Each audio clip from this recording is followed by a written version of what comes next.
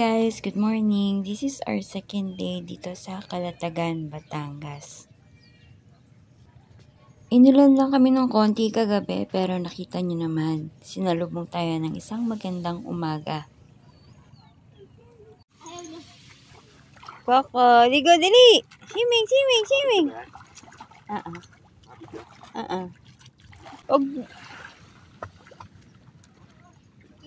Oh, marunong mag-swimming! Marunong mag-swimming si Coco!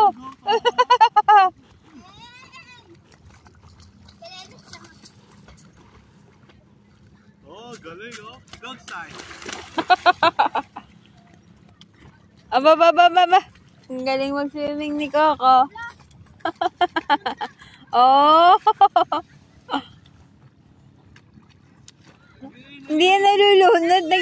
Nagsiswimming yan. Pabalik.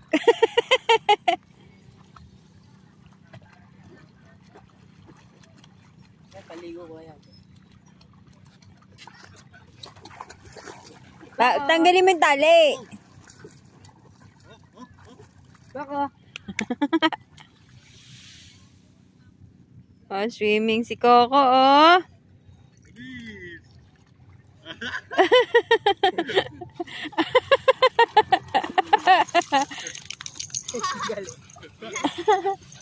Ayos ba? Oh, wala ko hiningol. Jesus. Tali. Pwede mo yung tali.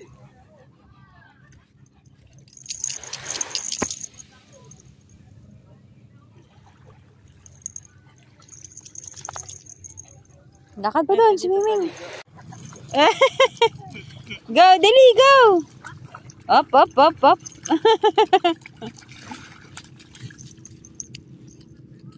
Dali, swimming.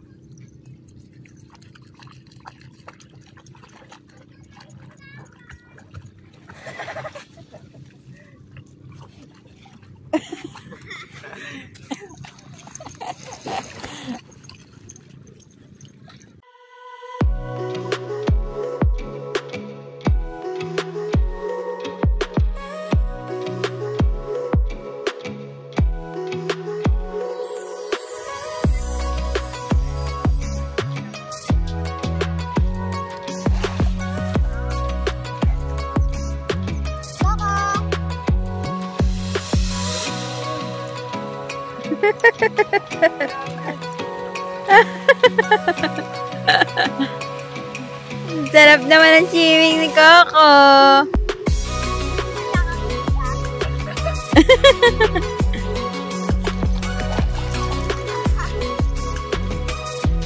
Ano? Wow, sarap! Sarap. Ikaw din, langoy aso, dali. Ang babawat sa tuhod lang ng daddy mo, oh.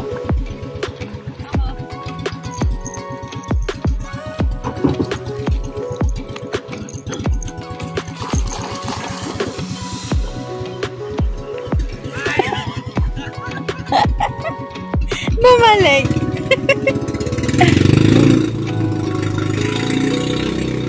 Ano? Lakad doon.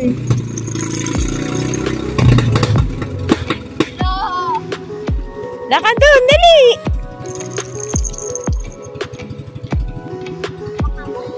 Nagsiswimming sila, oh. Lakad doon.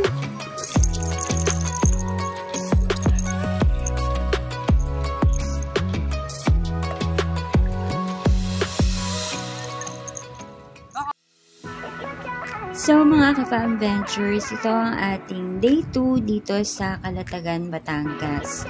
Maaga pa lang kaya high tide pa. Pero kahit high tide dito guys, kahit malayo-malayo ka na dun sa Pangpang, mababaw pa rin yung tubig. Safe na safe namang paliguan ng mga bata kasi hindi mabato at hindi maalon ang dagat dito guys. Marami lang seagrass or isay sa mga locals. May linis din yung dagat kasi nga hindi crowded yung lugar. At sobrang linaw ng tubig.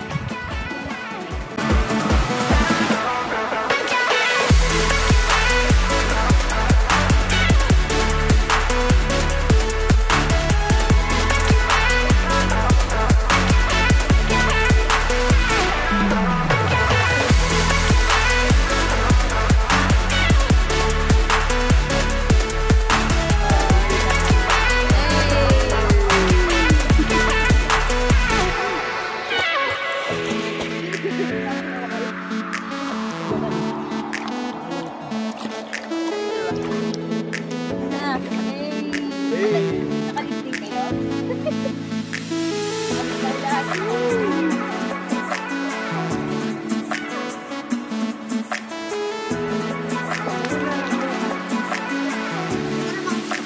Ako din.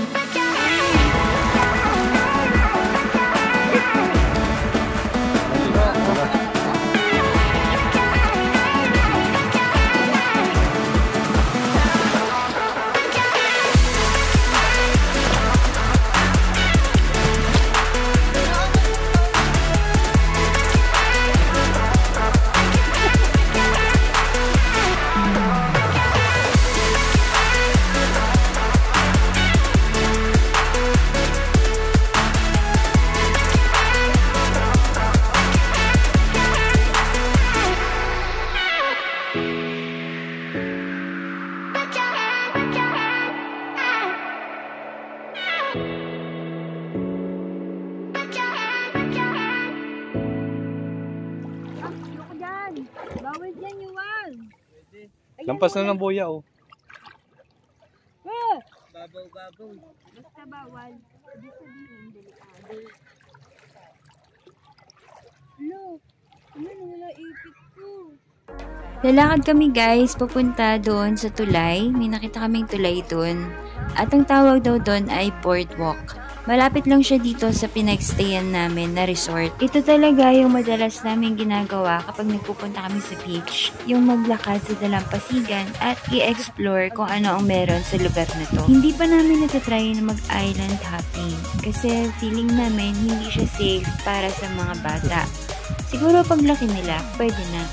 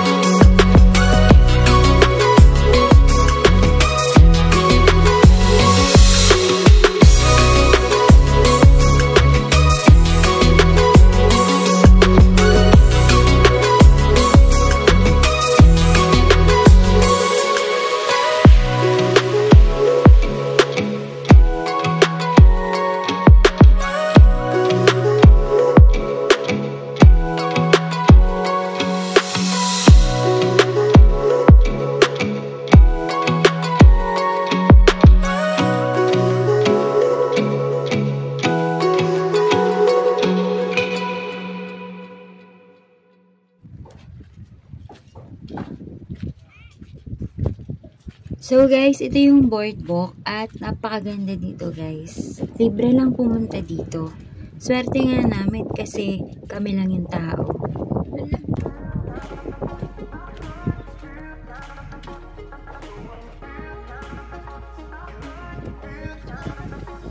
Kaling.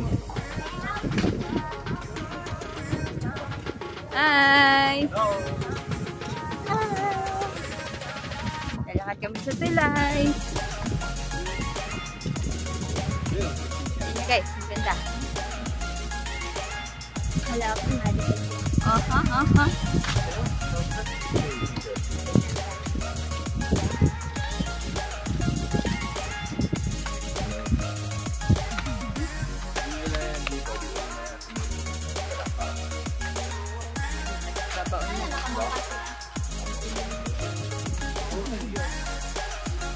Yeah.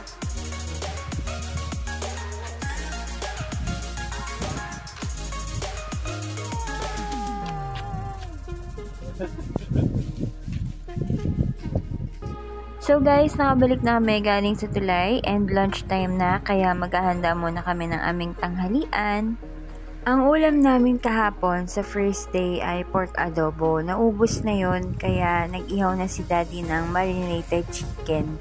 At para may sabaw, nagluto na rin siya ng noodles. Tignan nyo yung spot namin guys. Napakaganda no? Sarap kumain dito guys habang naririnig mo yung alon at humahampas sa'yo yung malamig na simoy ng hangin habang kumakain sa ilalim ng lilim ng puno. Our ulam for today, mga inasang and jampong.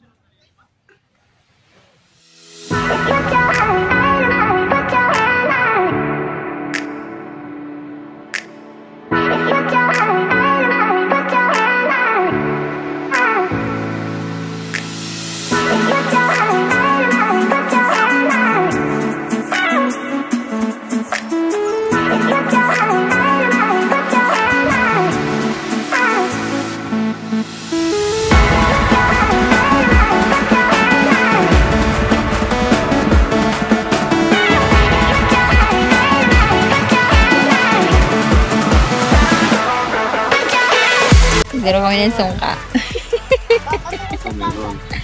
Wala kami magawa. Kasi, mainit pa. Siesta time. Magpadikit na. Makuha kami ng namulot kami ng sikay. Ginawa namin sungka. Uy, may isa. Oh, Bakit? ito naman, nadadaya pa. Ano nadadaya? Ano naman? Ano naman? Nangin na nadadaya. What 1, 2, 3, 4, 5, 6, 7.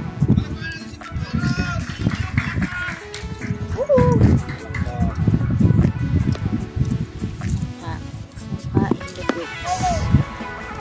Accident grabe.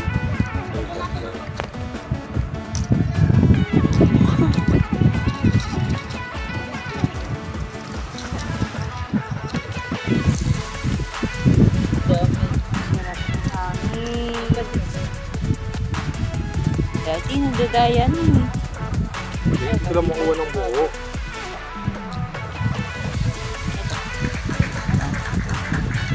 Ano pala guys? Diba? Ay, baka pa lang.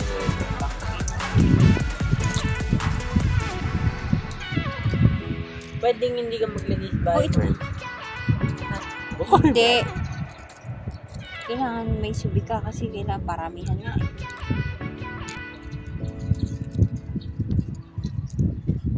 May paano, company outfit. Durog, mami.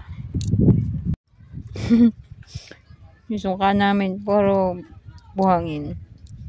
Si Kuya, nagsusungka.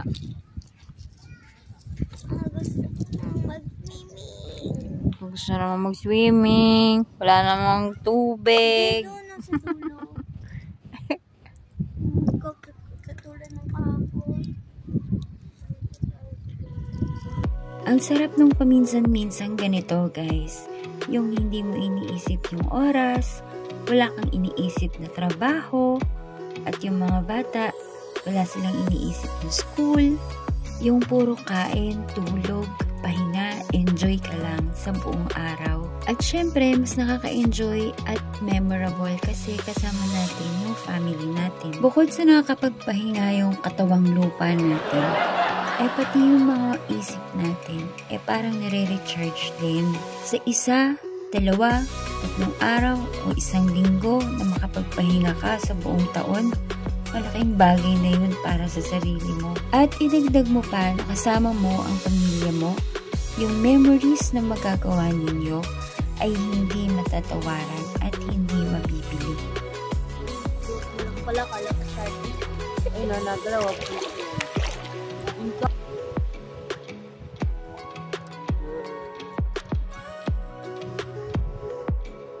Parang mas gusto ko pa mag-isip. Pero isip na lang.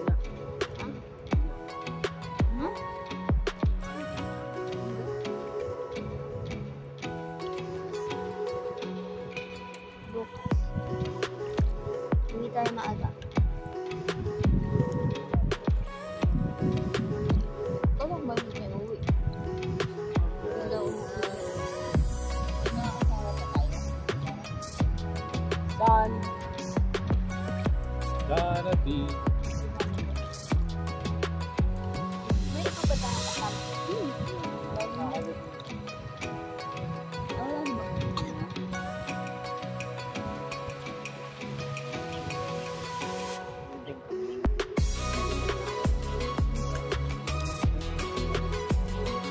Tapos tayo dito para matulog.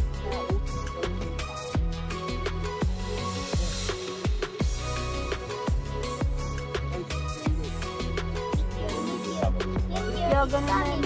Video. Yung dati,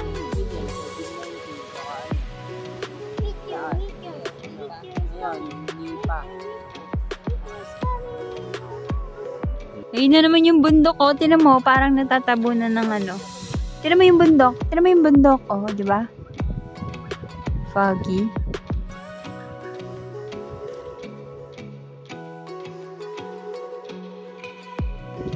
Our second night. Food. Talong, kamatis, chicken wings, yun ni Daddy. Ayan, kami lang yung dito. Ayan. Yun, walang tao, oh. Ang sarap ng buhay ni Sir. Yes, sir. Walang tao. Walang tao, oh. Walang tao. Kailangan. Kailangan ko lang. Pagka ang baby. Yun, tutulog na. Pagod na pagod. Nasa pati ito. Pagod na pagod. Hindi naman mo. Pagod na yarn. Very good yun. Guard dog na yun. Very good ka. Very good yun eh. Swimming yun eh, no? Swimming ka? Kain na kami. Let's go. Let's go. Ano naman eh, yun.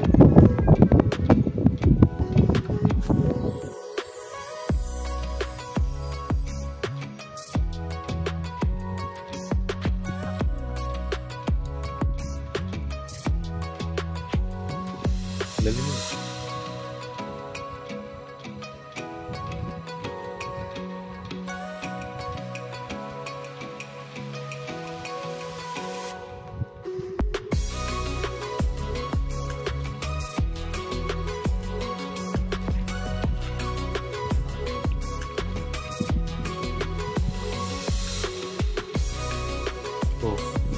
na binalik mo?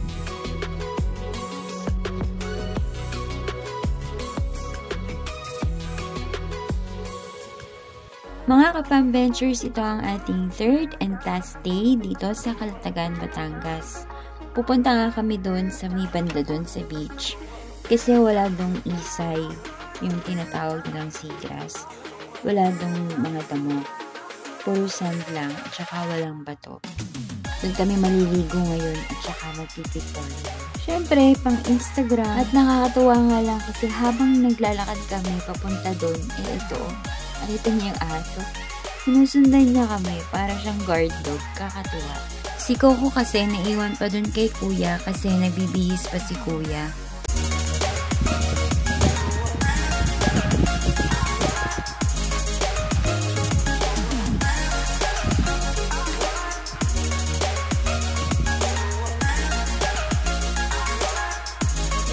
Walang dahon. Doon pa mababaw pa yun, Chino. Oh.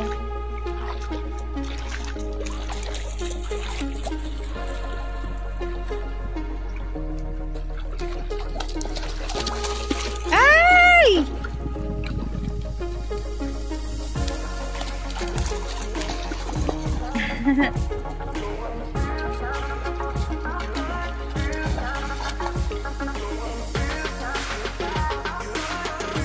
Happy birthday to you.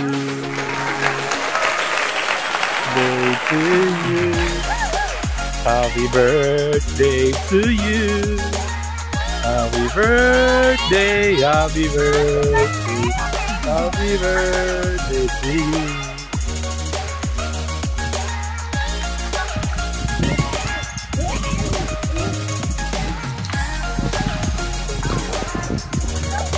Go, go, go!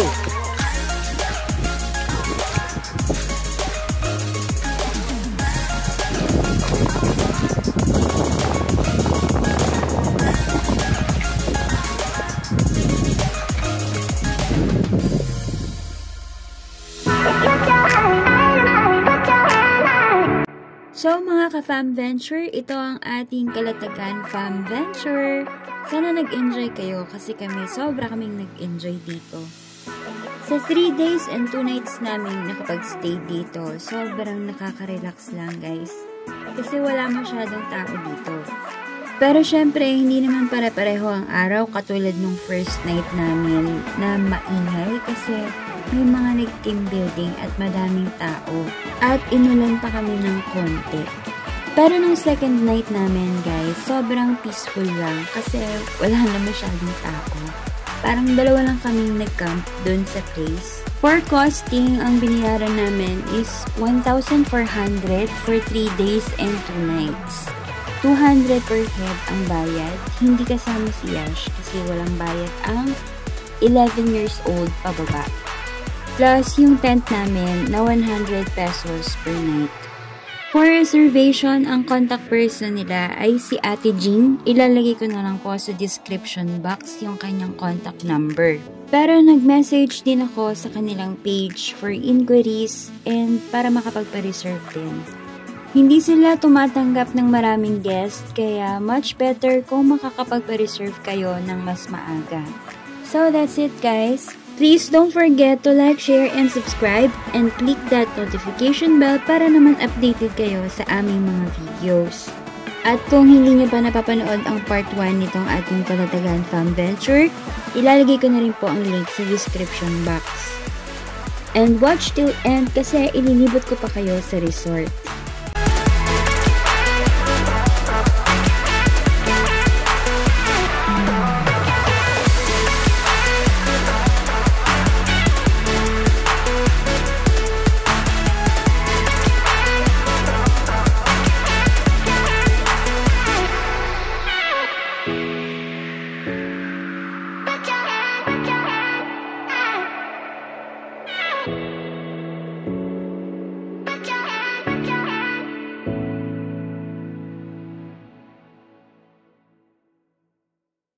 Uwian na.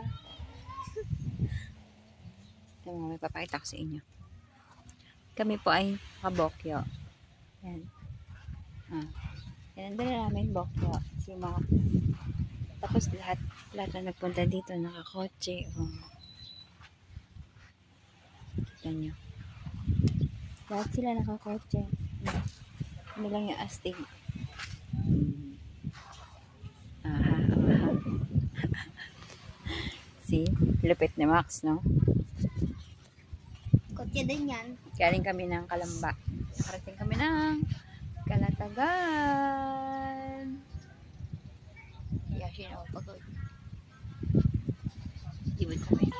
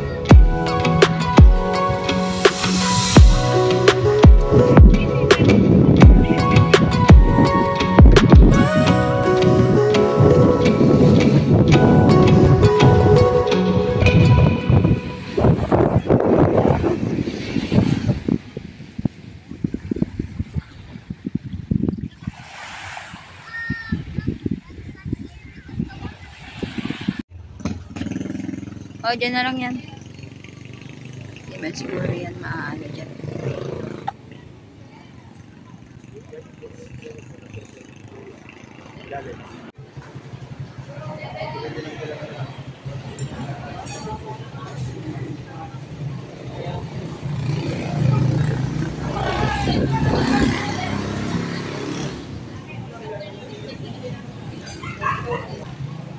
Ay no, Lomi. Okay. Sige po.